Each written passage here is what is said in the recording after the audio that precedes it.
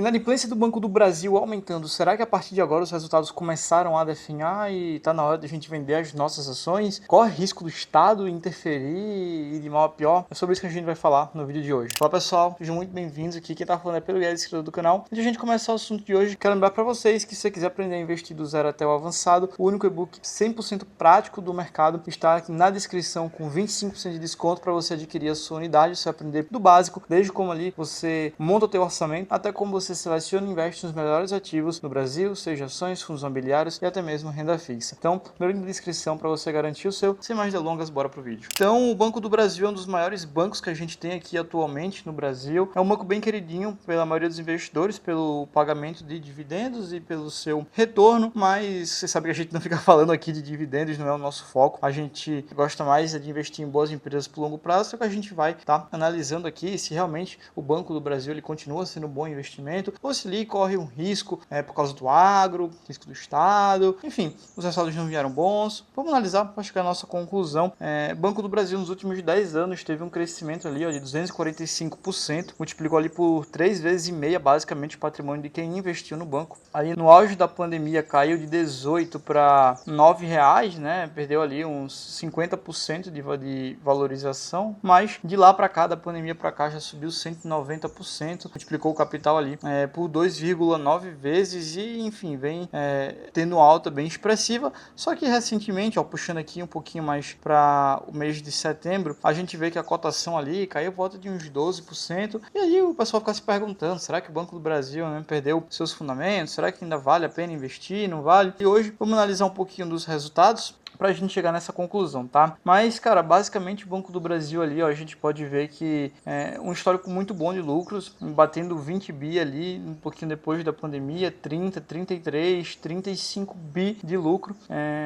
E o que tem preocupado a maioria dos investidores ali é essa linha aqui, né? Provisão de perdas, ou PDD, ou PCLD, PCD, como você quiser chamar, que nada mais é do que a provisão para caloteiros, a provisão que o banco está fazendo ali que não vai receber esse dinheiro. Então o banco empresta para você, você não vai pagar, o banco faz uma provisão que você não vai pagar, ele já assume isso como prejuízo e já abate do lucro, tá? Então esse número a gente pode ver que do último ano para cá aumentou 30%, e quando a gente faz uma comparação, uma divisão da PDD pelo lucro líquido, a gente pode ver que a PDD subiu, tá maior do que o lucro líquido, acima de 100% já não é algo ali que a gente acha muito aceitável. Mas analisar só um indicador, como eu sempre falo aqui, é muito raso, não é uma coisa sensata a ser feita. Então, o mais sensato aqui é a gente fazer uma análise completa do que está acontecendo, tá? Então, eu vou trazer aqui a comparação trimestral. O banco ali, basicamente, com uma boa receita financeira, um pouquinho menos nesse trimestre. A provisão de perdas aumentou 19% do trimestre passado para cá. Foi isso aqui que deu um atrito, né? Gerou assim um choque, basicamente, entre os investidores, né? De preocupação, esse alarme. E o lucro não aumentou tanto,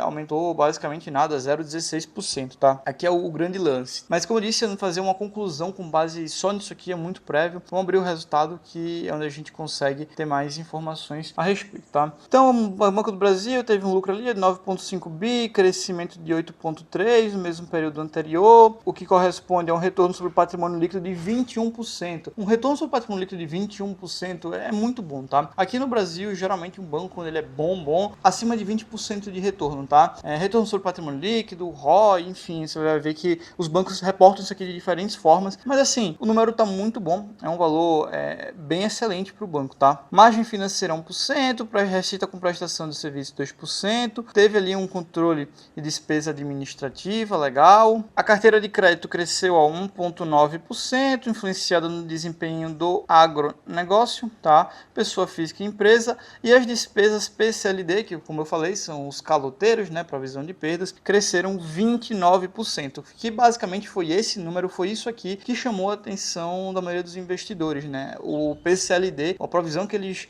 fazem para devedores, aumentou muito, 29%, e a gente vai olhar um pouquinho com mais detalhes lá para baixo, tá? O lucro líquido alcançou 28,3 2,3 bilhões, crescimento de 8,4% na comparação com o mesmo período dos primeiros meses do ano passado, desempenhado ali por causa de margem financeira, receita de prestação de serviço. Então, apoio ao Rio Grande do Sul, né? Então, enfim, a exposição da carteira de crédito que o banco tinha ali, basicamente, ao Rio Grande do Sul, não era algo muito grande, enfim, 6%, a maior parte era agro, 53% desses 6%, mas, enfim, bem tranquilo, porque aqui você leva mais tempo, você aumenta o prazo, renegocia, estende um pouco, bem tranquilo, tá? Não é isso aqui que realmente afetou os números do banco, tá?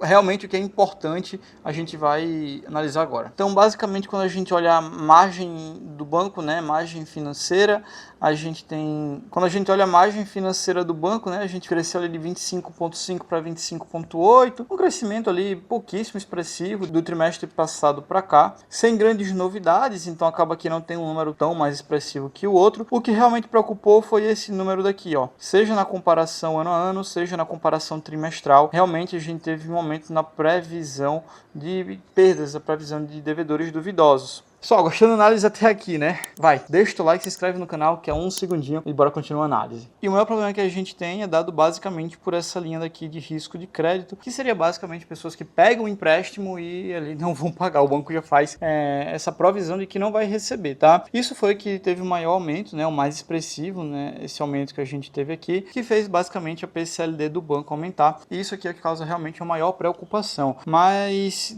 por todo não é ruim, você vai entender já o porquê. Quando a gente olha a margem financeira líquida, a gente teve uma redução ali de 11% no trimestre a trimestre. Receita de prestação de serviço aumentou, despesa administrativa bem controlada, e ali a gente chega num resultado antes do lucro de 14% a menos, né? De 14 bi foi para 12 bi. Só que aí, o que acontece é que tem um pequeno detalhe aqui, ó, que é nessa linha de imposto. A gente pode ver que nesse trimestre o banco ele pagou menos imposto, de 2,5 bi, que foi o que ele pagou no trimestre anterior. Agora ele pagou ali 2 bi a menos, tá? Então é por isso que se você olha somente o lucro, você não consegue identificar basicamente esse fator, porque ele pagou 2 bi a mais de imposto. Então basicamente o lucro seria ali por volta de 7,5 bilhões nesse trimestre, que é um número realmente mais abaixo do que os trimestres anteriores, tá? O lucro viria mais fraco se não fosse a questão do imposto de renda que o banco ele não pagou nesse trimestre. E quando a gente fala das margens com o cliente, margem com o mercado, os números estão bem tranquilos. Se você quiser saber entender mais o que é cada um desses termos, vou deixar no card aqui em cima a análise do Itaú, que eu explico bem detalhadamente o que é cada um desses termos,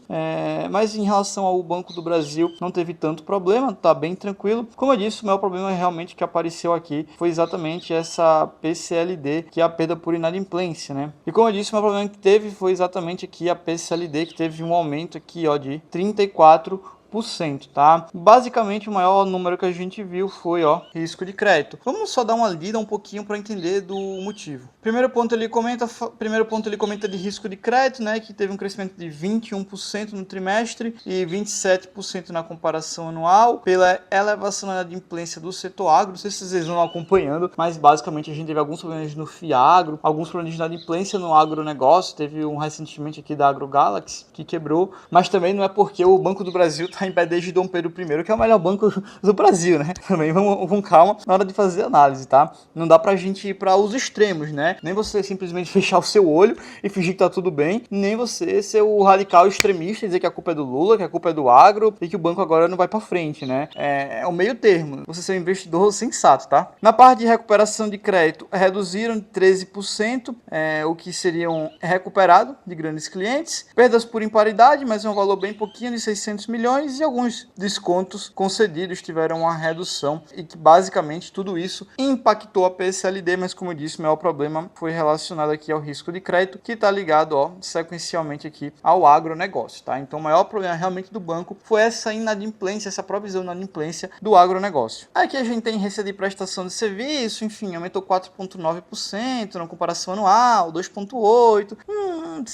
sem muitas novidades, né? Sem muitas surpresas, né? Bem tranquilo, galera, assim, em linha, esse é o ponto. O Banco do Brasil continuou mantendo ali, as suas despesas bem controladas, então 4% de aumento de despesas.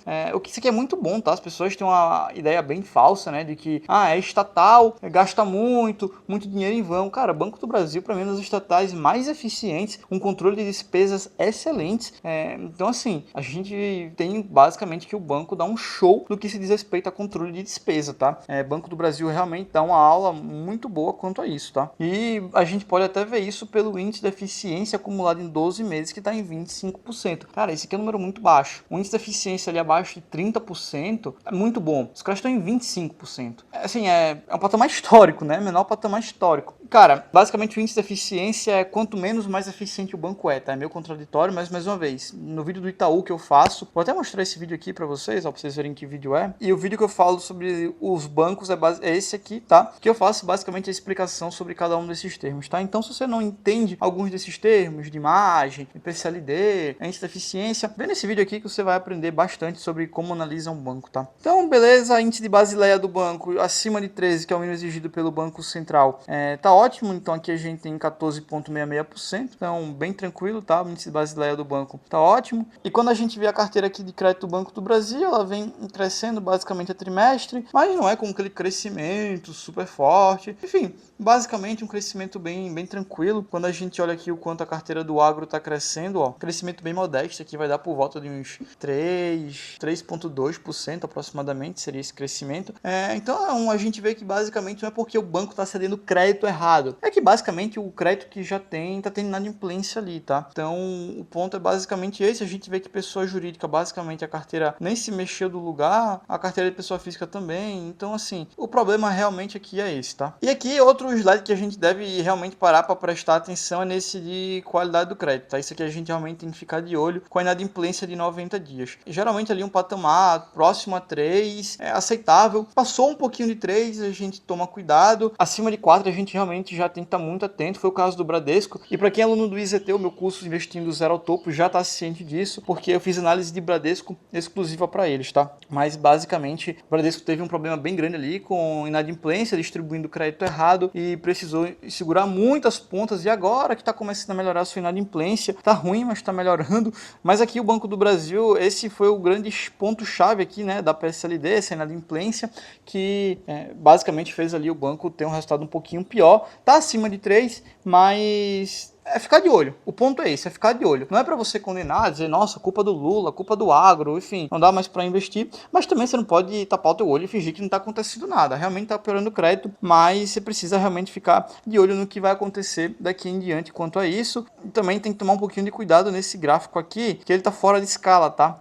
Quando a gente para ver o índice de cobertura, parece que caiu muito, né, o índice de cobertura, quando você olha o gráfico, mas quando você vê em termos percentuais aqui, é realmente um valor bem tranquilo, tá? Então tem que ficar um pouquinho de olho para você não cair nesse conto aqui desse gráfico mal elaborado. E aqui tem um guidance, né, as projeções que basicamente o banco fez. Vamos olhar um pouquinho das projeções que a gente tem, do que foi divulgado e do que foi observado, tá? Então, basicamente, quando a gente tem a carteira de crédito, foi mantida, né, entre 8 a 12, para pessoa física, empresa e agro, enfim, tudo mantido até então. Margem financeira também foi mantido. O que mudou foi isso aqui, ó, que a gente já vem comentando desde o começo do vídeo, né, a PCLD, que era uma projeção de PCLD de 31 a 34 bi, e a projeção agora é de 34 para 37. Foi aquela piora que a gente já havia comentado. Receita de prestação de serviço mantido, despesa administrativa, ó, de 6 a 10 para 5 a 7, ou seja, vou melhorar ainda mais a eficiência de despesa, né, a projeção. Então,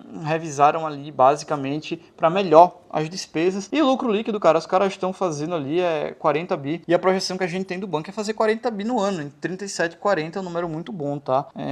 Nada a se preocupar nesse quesito. E aí a gente tem basicamente, fazendo uma conta rápida de padaria, 8,8 vezes 4, a gente vê que basicamente o banco está projetando ali uma receita se manter nesse mesmo nível e 35 bi para o final do ano, tá? Para vocês entenderem onde eu tirei isso, basicamente eu peguei esse 8.7, 8.8 e 8.9, fiz fiz uma média disso aqui, né, 8,8 seria a média, e multipliquei por 4, ou seja, em um ano quanto é que seria? É que eu estou esperando que no próximo trimestre a gente tenha ali basicamente a mesma receita de 8,8. Chegaria ali basicamente em 35 bi, né, de lucro anual, bem linha com o que a gente tem atualmente, né, não sairia tanto disso. E quando a gente vai olhar no Itaú, o Itaú ali está faturando quase seus 40 bi, né, se o Itaú continuar nesse ritmo, 10, 10, 10, então vou fazer 40 bi esse ano, né, vai ser um recorde. Eu nunca tinha visto um banco fazer 10 bi no trimestre, que nem eu tô vendo o Itaú fazer esse ano. Bizarro, assim, o que o Itaú tá fazendo. Quando a gente olha ali pro Bradesco, a gente vê que o Bradesco deu uma piora muito grande ali na pandemia, né? Você olha para ver que a relação, a divisão de PDD pelo lucro líquido tá melhorando agora, né? Chegou a piorar muito. Margem do banco fraquíssima. ROI 10%, a gente viu que o Banco do Brasil tá com 21. O lucro do banco, ó, 20, 15 bi. E a PDD disparando ali, ó, de 14 para 22, 31, melhorou agora para 28. Então assim, o Bradesco ainda está se recuperando, é um caso à parte. Quando a gente olha o ROI, aqui já é o Itaú. O ROI do Itaú basicamente 20%, é um ROI excelente. Dá para comparar aqui, né? Deixa eu até usar essa ferramenta do Fundamentei. E usando como ferramenta de comparação ali, né? A gente vê que basicamente o Banco do Brasil está com a PDD do lucro de 120%, né? Deu uma piorada, enquanto o Itaú 71%, um nível bem saudável, bem tranquilo. O Bradesco é um caso à parte, né? Pelo amor de Deus, isso aqui já está mais que discutido que o Bradesco tem que melhorar, né? Enfim, que não vejo nesse ano, nem no começo do próximo Bradesco tendo um baita resultado, né? Tem que organizar a casa. Quando a gente olha o ROI, tanto do Banco do Brasil quanto do Itaú, bem tranquilo, você vê, né, que o ROI do Bradesco está bem judiado. E a distribuição de lucro, né, o payout 40%, 55% e 40%, né? O Bradesco ainda melhorando a casa, ainda está fazendo distribuição muito grande de lucro. Não acho tão saudável, mas infelizmente faz parte da política do banco, né? Então, basicamente é isso quando a gente olha aqui pro Banco do Brasil. Você tem que entender aqui é que, o banco perdeu os fundamentos e não dá para investir? Não é isso. Você também não pode fingir que tapar o olho, né, e fingir, meu Deus, não está acontecendo nada. O banco teve uma piora nos seus resultados. O ponto-chave aqui é basicamente você entender isso, que não está tão bom, deu uma leve piorada, mas também você não pode negligenciar isso. Então, tem que ficar de olho pro próximo resultado e ver como é que o banco vai levar essa questão da PDD. Se a PDD realmente começar a piorar, na inadimplência em 90 dias começar a piorar, é um ponto de se chamar a atenção, porque aí você vai começar a ver em breve as cotações do Banco do Brasil cair bastante, tá? Mas, por enquanto, tá um banco tranquilo, é um banco que dá para ter em carteira, desde que você aceite o Estado como seu sócio, faz sentido você ter em carteira. E o que eu gosto, basicamente, que eu ensino para os meus alunos é a estratégia de clusters, que seria basicamente estratégias de diversificar de uma forma ramificada. Mas, basicamente, um cluster seria você fazer uma ramificação dentro do setor. Ou seja, se eu pego o setor bancário, em vez de eu ter apenas um banco, eu faço uma ramificação. Eu divido o risco da minha carteira em bancos entre bons ativos. E os bancos mais seguros eu dou um peso maior, e para os bancos menos seguros eu dou um peso menor, equilibrando a relação de risco-retorno. Então, se eu fazer uma lista, Itaú seria o melhor banco do Brasil hoje em dia, depois o Banco do Brasil, e colocaria o BTG Pactual. E daria um peso maior para Itaú, um peso menor para o Banco do Brasil e menor ainda para BTG. E aí você dilui o risco, tá?